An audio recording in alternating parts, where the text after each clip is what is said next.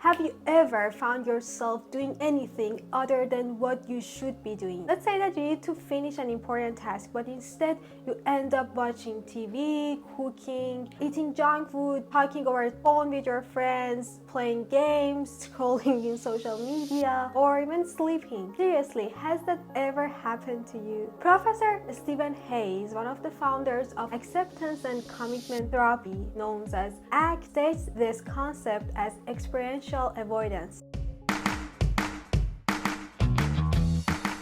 Welcome to Thrive with Lotus, my friends. In this video, I'm going to share with you why sometimes you may become lazy or get distracted from important tasks. And in the end, I'll share with you 4 easy practices to improve your productivity and help you accomplish your tasks. None of us wants to stay in contact with uncomfortable thoughts or feelings. That's why our mind automatically triggers avoidance behavior. We tend to distract ourselves with anything except what we should be doing. This distraction feels right at first, doesn't it? Because it provides short-term relief. For example, someone may drink alcohol, unwind after a challenging conversation with their partner, because they want to avoid the anxiety or sadness feeling. Or imagine the time that you knew you needed to prepare for the exam or finish a project, but because you might feel sad, angry, or anxious at the time, you tend to procrastinate, whether it's oversleeping, scrolling through social media, or eating junk food, or anything else to avoid negative feelings associated with your responsibilities. It's a short-time relief, however, in the end, you find yourself disappointed due to not taking necessary actions. That's why in long term, avoidance leads to greater dysfunctions and increased amount of stress in you.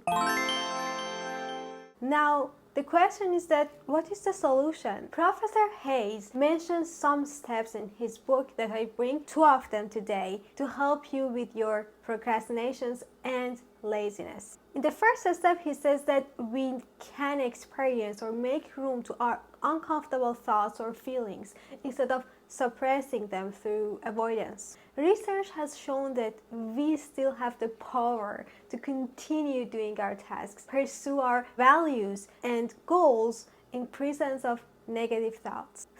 Now you may be thinking, how is that possible? Let me tell you something. You have done it at least once in your life. Remember the only time that you didn't feel like doing something, but you did it anyway. As an example, the only time you woke up early while you thought it's super difficult for you and you cannot do that. The time that you didn't want to study, but you pushed yourself because you had some exams and you did it anyway. Or the time that you forced yourself to go and do some workout. How did you feel after you accomplished that task? It wasn't that bad, right? You might have even felt proud of yourself upon completing that task. So the first step is to practice making room for your thought and your feelings. Observe the present moment and know that you are more powerful than your negative feelings or thoughts, and you can do whatever you are doing regardless of those feelings. The second step is diffusion. In this step, you step back from your thoughts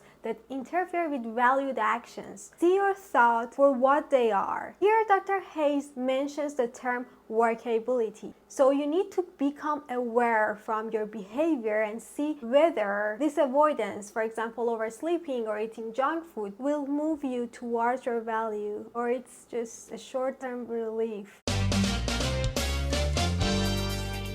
Now let's dive into my favorite part, the 4 practices that I mentioned earlier, which can significantly reduce laziness and avoidance and distraction. But before we get into it, if you have found any value in this video, please hit that like button as it helps with the algorithm, and thank you so much for that. Alright, the first practice is to disobey yourself. Here, you do the opposite of what your thought is telling you while saying your thought loudly. As an example, let's say that you are sitting on your bed and you have an important exam tomorrow, but your mind is telling you that let's get some rest. You'll be fine. You can study later. You have still time. You disobey it in action while repeating your mind loudly, saying that I cannot study, I'm so tired, while you stand up and you prepare your book and pen and everything, and you are repeating that loudly. In long term, if you do that, your subconscious mind would learn that it has less power over you. And it would know that regardless of what it is telling you, you won't obey it. The second practice is what psychologists suggest as diffusion technique. You close your eyes and listen to each and every thought that comes to your mind. Visualize the image of it and place that image in a car.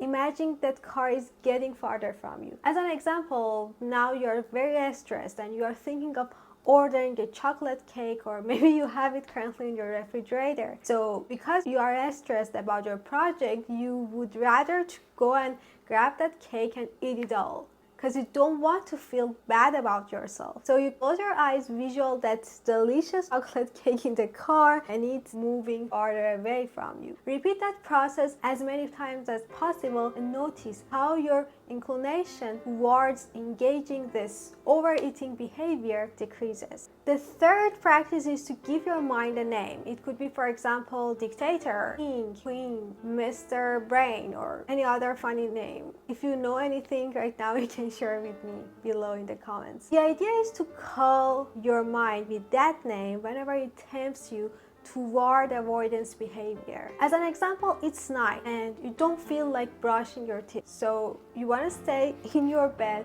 and scroll on social media. It is an avoidance behavior. So you close your eyes and think about what is your mind telling you, if it is going to benefit you or not. And then you say, okay, King, okay, Mr. Brain, I hear you. And I know that you are not benefiting me right now. Over time, it decreases its power on you. And the fourth practice is to say thank you. When your mind starts to talk to you, you can say thank you and then continue what you are doing. As an example, you are in the middle of writing a report or a research paper and your mind is telling you that let's watch TV, let's check your phone, refresh the news, because you're bored and you don't like feeling bored, or because your writing is now challenging for you, you're exhausted, and now you want to escape that feeling by watching TV or anything else. While you know that what is important for you is to finish that work right now, or your deadline is today. So you talk back to your mind and say, thank you so much for your offer, and keep writing the report. About the last practice, please don't get me wrong. What I'm saying is not about not having fun or not going out with your friends, not watching TV. We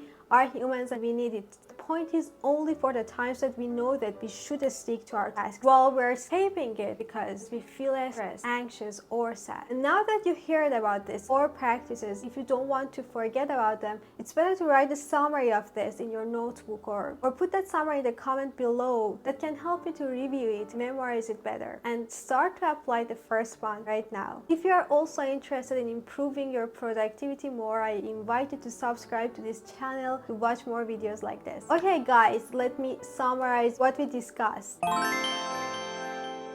We said that avoidance is human automatic behavior after feeling uncomfortable. So we distract ourselves doing non-important things instead of what is going to get us closer to our goals. And we do it because we feel relief for a short amount of time. But long term, we would be angry with ourselves. The amount of stress increases because at the end of the day, we face with a pile of tasks that hasn't been finished yet. We said that ACT can save us through encouraging us to give some room to this feelings and thought. Pause for a moment, get some distance from our thought, our emotion, and analyze our avoidance behavior and see if it is going to benefit us or not, if it is going to get us closer to our goals or not. Finally, we talked about 4 practices that can empower you versus your subconscious mind, the temptation to doing the avoidance behavior.